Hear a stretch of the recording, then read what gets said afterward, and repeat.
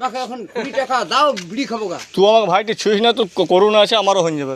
আমার করোনা নাই, আছে তোর করোনা। কোলায় আমি সারাদিন ঘাস কেটে বেড়েছি, জুয়েল ফেলে বেড়েছি, তার করোনা থাকলে আমি মরতাম না। আমাদের গায়ের করোনা ইয়ারা কামারা ছিল, ও যা চাকরি ছিল না, ও যা ক্ষমতা, এই গাড়িটা এমনি তুলে দিত।